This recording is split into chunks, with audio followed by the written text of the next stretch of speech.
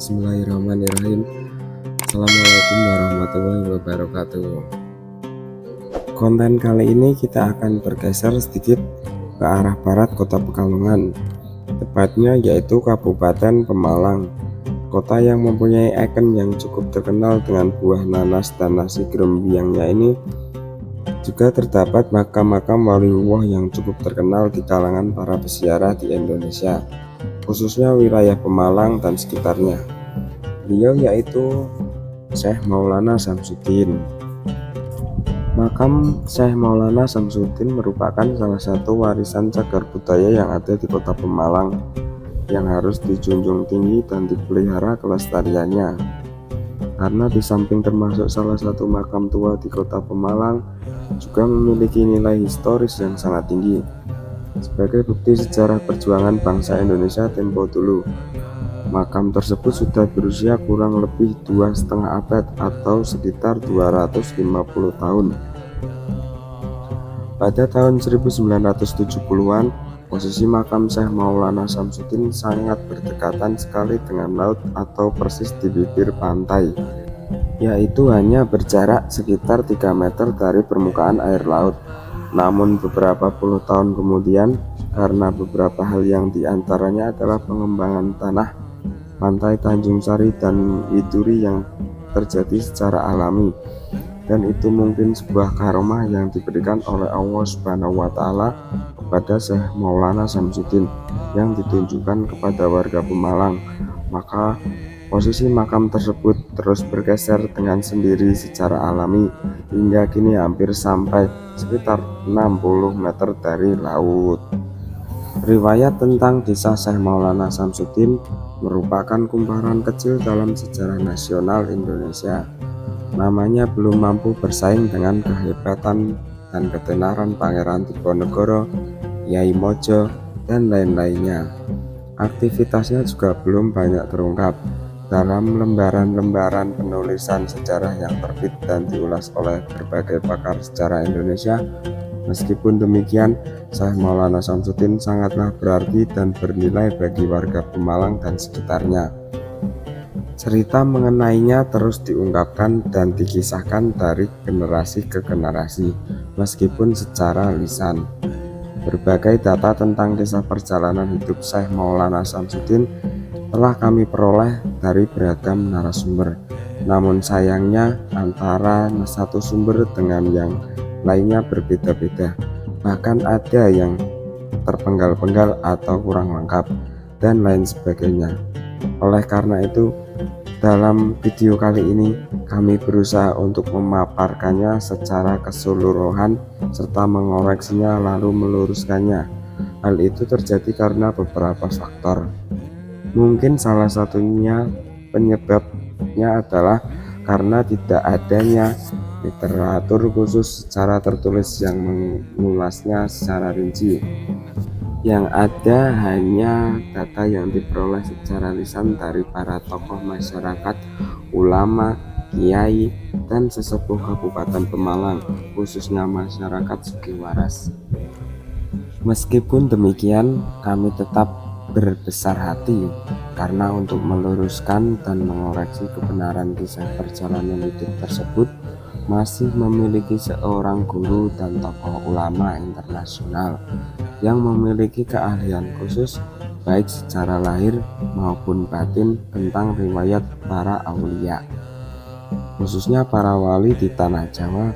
Juga seorang pakar ahli sejarah nasional yang acap kali pendapatnya dijadikan sebagai rujukan dalam mengungkapkan kisah dan riwayat para pahlawan nasional dan wali di tanah Jawa, baik dalam kelembagaan secara resmi ataupun akademis maupun bukan, yaitu Al-Arif Billah Al-Habib Al-Mursyid Muhammad Lutfi bin Ali bin Yahya Pekalongan. Beliaulah salah satu narasumber kami yang telah memberikan informasi dan bahan yang cukup banyak tentang Syekh Maulana Samsudin. Bahkan mungkin merupakan narasumber kami yang paling banyak memberikan pemasukan tentang sosok dan kisah perjalanan hidup Syekh Maulana Samsudin. Bila kita pergi ke kota Pemalang, lalu masuk ke wilayah Sugiwaras atau Widuri, dan kita menemui para kiai, ustadz, dan tokoh masyarakat yang tinggal di sana. Kemudian kita menanyakan kepada mereka tentang sosok Syekh Maulana Samsudin, maka mereka akan menjawab dengan uraian cerita yang sama. Tapi anehnya ketika kita menanyakan tentang sumber dari cerita tersebut, mereka hanya menjawab katanya dan katanya. Jadi apa yang mereka ceritakan sebenarnya tidak memiliki rujukan yang pasti dan valid. Adapun uraian cerita tersebut kurang lebihnya adalah sebagai berikut. Menurut mereka, Syekh Maulana Samsudin adalah seorang musafir dari kota Demak yang melakukan perjalanan menuju kota Banten sebagai delegasi para wali kota Demak untuk menyiarkan agama Islam di tanah Jawa. Dengan meniti jalur pantai tepi laut utara Pulau Jawa, setelah menempuh perjalanan cukup panjang, maka sampailah di kota Pemalang, tepatnya di tepi pantai Tanjung Sari. Saat menyusuri daratan tepi pantai Tanjung Sari, ternyata sekelompok begal telah mengintai dan mengikutinya. Mereka mengira bahwa Syekh Maulana Samsudin adalah seseorang saudagar kaya karena terlihat berjalan dengan membawa barang bawaan yang ditenteng di pundaknya yang dibungkus dengan sebuah kain. Seperti kebiasaan para saudagar kaya pada saat itu ketika membawa barang berharga mereka. Terdorong rasa ingin menguasai barang miliknya itu, akhirnya kawanan begal atau perampok itu pun menghadangnya, lalu membunuhnya serta merampas secara paksa barang bawaan beliau. Setelah dibunuh dan diambil barang bawaan tersebut, kawanan begal dan perampok itu segera membuka kain pembungkusnya. Apa yang terjadi? Ternyata isinya sekumpulan kitab, bukan harta berharga seperti apa yang mereka harapkan. Dan terbesit dalam benak hati mereka terkejut dengan diiringi rasa takut.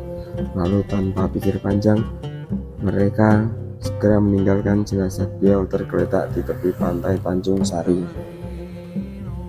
Selang beberapa hari, melintaslah seorang saudagar keturunan Bugis di perairan pantai Tanjung Sari. Di tengah lautan tanpa sengaja, dia melihat ada sebuah pancaran sinar yang sangat terang benderang berasal dari tepi laut. Peristiwa yang aneh dan mengagumkan itu membuat diri saudagar tersebut terdesak untuk segera menepikan kapal niaganya, merapat menuju pancaran sinar yang dilihatnya. Setelah berada di daratan pantai Tanjung Sari, ternyata pancaran sinar tersebut berasal dari seonggok tubuh jenazah Syekh Maulana Samsudin yang sudah terbaring kaku.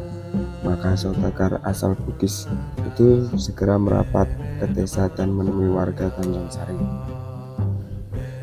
Setelah itu, secara bersama-sama mereka mengurus jenazah Syekh Maulana Samsudin tersebut, lalu memandikannya dengan air yang berasal dari sumber air atau Bumbangan yang sekarang dijadikan sumur dekat makam beliau, sebagai salah satu situs peninggalan makam Syekh Maulana Samsudin. Redaksi cerita yang seperti ini juga pernah dipaparkan oleh Kiai Abdul Muthalib Pelutan Pemalang dalam acara haul yang diselenggarakan setiap tahun di kompleks makam Syekh Maulana Samsudin pada sekitar tahun 1090-an, yang disaksikan oleh para ulama, kiai, dan sesepuh Kabupaten Pemalang seperti Habib Ali bin Soleh Al-Habsyi, Habib Husain Al-Atos, Habib Soleh bin Hud Al-Habsyi, Kiai Sab'an Zuhdi, Kiai Zainal Abidin, Kiai Tosin, Kiai Dawud, dan Kiai Komarudin Tanjung Sari. Dari waktu ke waktu, cerita tersebut terus menyebar, dan riwayat inilah yang sepertinya paling populer di masyarakat Kota Pemalang, khususnya masyarakat Kelurahan Sugiwaras dan Widuri. Meski sayangnya ketika dituturkan oleh mereka, terkadang antara satu cerita dengan cerita yang lain sedikit berbeda, khususnya ketika mengungkapkan tentang penokohan dan alur ceritanya.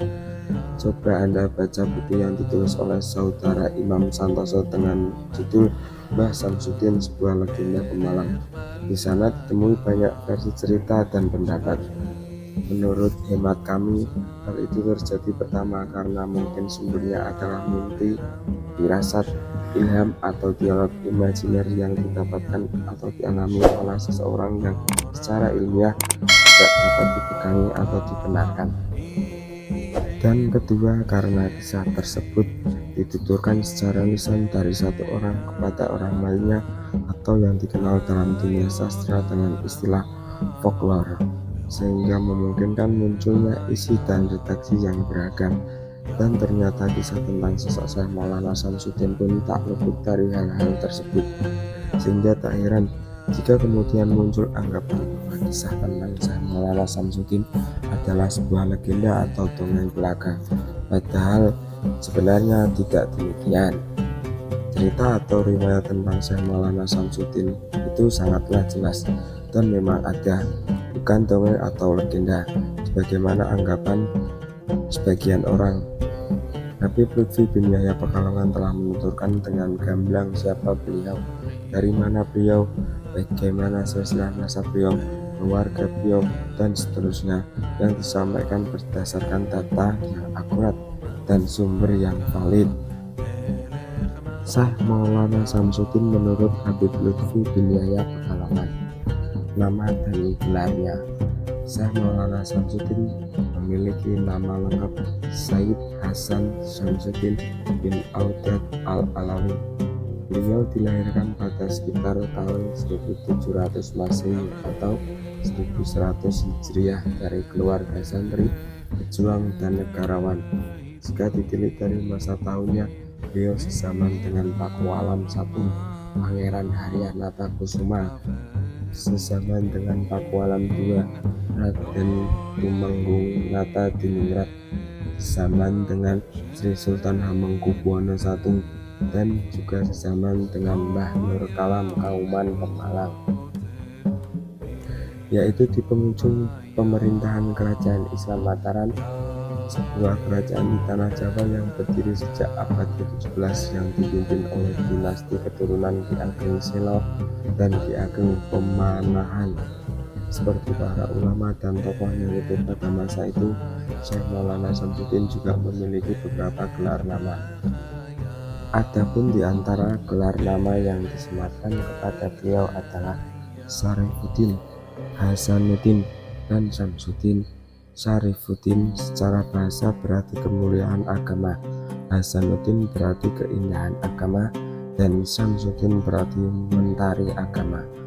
Tiga gelar tersebut sangatlah agung dan mulia, tidak menyandangnya kecuali mereka yang jiwa, raga, lahir, batin, dan perilakunya betul-betul mencerminkan kemuliaan dan keindahan agama. Di samping itu, gelar-gelar tersebut juga memberikan isyarat bahwa beliau adalah sosok ulama yang memiliki wawasan keilmuan agama yang sangat dalam dan luas, mencakup berbagai bidang ilmu, baik itu tafsir, hadis, fikih, maupun tasawuf. Sehingga dengan keluasan ilmunya itu, ia bagai mentari agama yang menyinari dirinya. Tak cukup itu saja, keluasan ilmu agama yang dimiliki itu terus diamalkan dalam tutur kata, perbuatan, dan tingkah lakunya.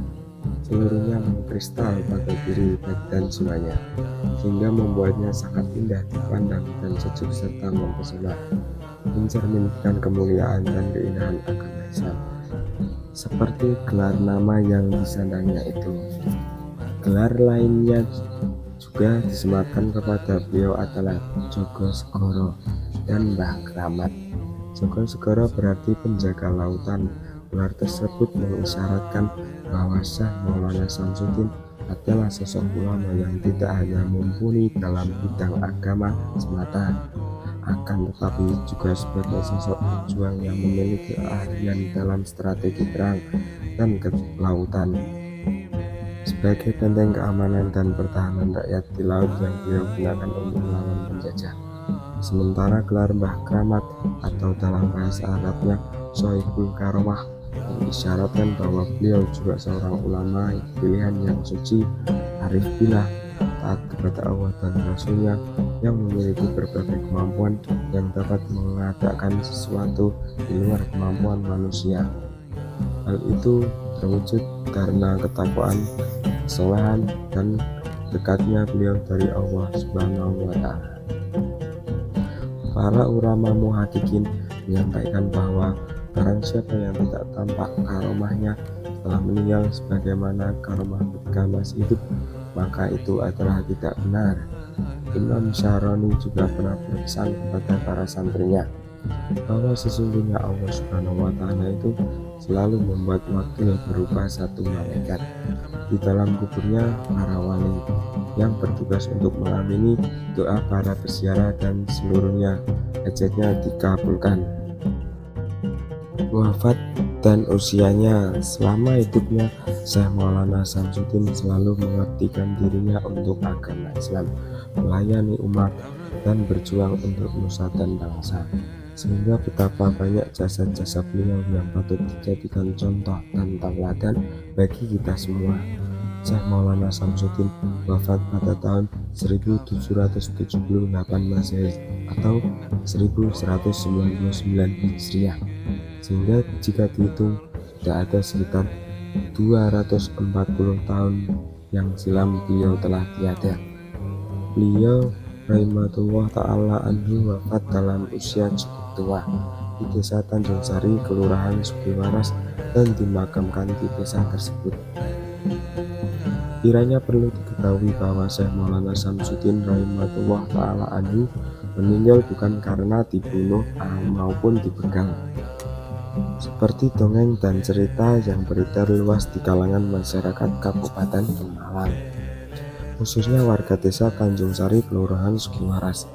Beliau meninggal dunia seperti layaknya para ulama, aulia, dan sholihin yang lain yang wafat dengan mulia, disaksikan oleh orang-orang yang mulia, dimandikan, dikafani, dan disolati juga oleh orang-orang yang mulia, dan dimakamkan pula di tempat yang mulia. Banyak orang yang mungkin bertanya-tanya, mengapa Syekh Maulana Samsudin dimakamkan di pesisir Tanjung Sari, Sugiwaras, tidak di belakang Masjid Agung seperti makam para ulama dan tokoh-tokoh besar di zaman itu seperti Mbah Nur Kalam dan sebagainya. Perlu diketahui bahwa tempat yang kini menjadi komplek makam Syekh Maulana Samsudin dahulu merupakan sebuah padepokan atau pesantren di mana beliau mengajar, mendidik, dan membimbing para santrinya. Padepokan atau pesantren tersebut didirikan oleh Syekh Maulana Samsudin setelah beliau melepaskan diri dari dunia bisnis dan niaganya. Padepokan atau pesantren inilah tempat beliau menggembleng santri-santrinya untuk mendekatkan diri kepada Yang Maha Kuasa melalui wirid dan zikir, tempat berkholwat bersama-sama santri-santrinya, dan juga tempat ini di mana beliau banyak berjumpa dengan Nabiullah Khidir alaihissalam. Tak lama kemudian beliau akhirnya meninggal dunia di padepokan atau pesantren tersebut pada tahun 1778 Masehi atau 1199 Hijriah, dan kemudian dimakamkan di sekitar tempat tersebut. Sebagaimana kita ketahui bahwa Syekh Maulana Samsudin adalah seorang ulama dan waliullah yang sangat dekat sekali dengan Allah dan Rasulnya. Oleh sebab itu, tidak mengherankan jika beliau memiliki banyak karomah, yang diantaranya adalah sebagai berikut. Pertama, makam beliau berada persis di bibir pantai kurang lebih 3-5 meter dari laut. Pada masa tempo dulu, bukan pada saat sekarang. Bila bukan seorang wali, tentu makam ini akan dengan mudah hilang, terkikis, dan hanyut dibawa oleh air laut, khususnya pada saat air laut pasang. Namun sebaliknya, posisi makam tersebut saat ini justru telah bergeser dengan sendirinya secara alami hingga berjarak hampir sekitar 60 meter dari laut. Kedua, sumur yang berada tak jauh dari makam beliau memiliki rasa yang tawar, padahal letaknya berada di pinggir pantai. Ini sungguh keajaiban. Kalau bukan keramat tentu tidak mungkin hal ini terjadi, sehingga tak ayal masyarakat menamai sumur ini dengan sebutan sumur keramat. Banyak di antara masyarakat yang menjadikan air sumur ini sebagai wasilah untuk mengobati berbagai penyakit. Dan peziarah yang berkunjung tidak pernah berhenti, baik pagi, siang maupun malam, mulai sejak dulu hingga kini. Bahkan kalau kita perhatikan semakin tahun semakin ramai. Ini sebagai tanda bahwa beliaulah adalah betul-betul min sohim dan waliullah. Pepatah Jawa mengatakan, pati-pati dirubung semut karena manis rasanya. Di samping itu, makam beliau juga termasuk makam yang mustajabah. Betapa banyak para peziarah yang datang ke tempat tersebut dari berbagai penjuru pulau Jawa dan luar Jawa untuk bertawasul kepadanya dengan izin Allah Subhanahu wa Ta'ala, hajat dan harapan mereka diijabahi oleh Allah Subhanahu wa Ta'ala. Hal ini membuktikan bahwa beliau Syekh Maulana Syamsuddin adalah min ahlillah, seorang wali yang memiliki karomah dan karomah yang lain sebagainya. Wallahu a'lam bishawab. Demikian mungkin kisah Syekh Maulana Syamsuddin. Semoga kisah di atas bisa menginspirasi kita semua untuk semakin dekat kepada Allah Subhanahu wa Ta'ala dan para rasul-rasulnya serta wali-walinya. Demikian yang bisa saya sampaikan. Wassalamualaikum warahmatullahi wabarakatuh.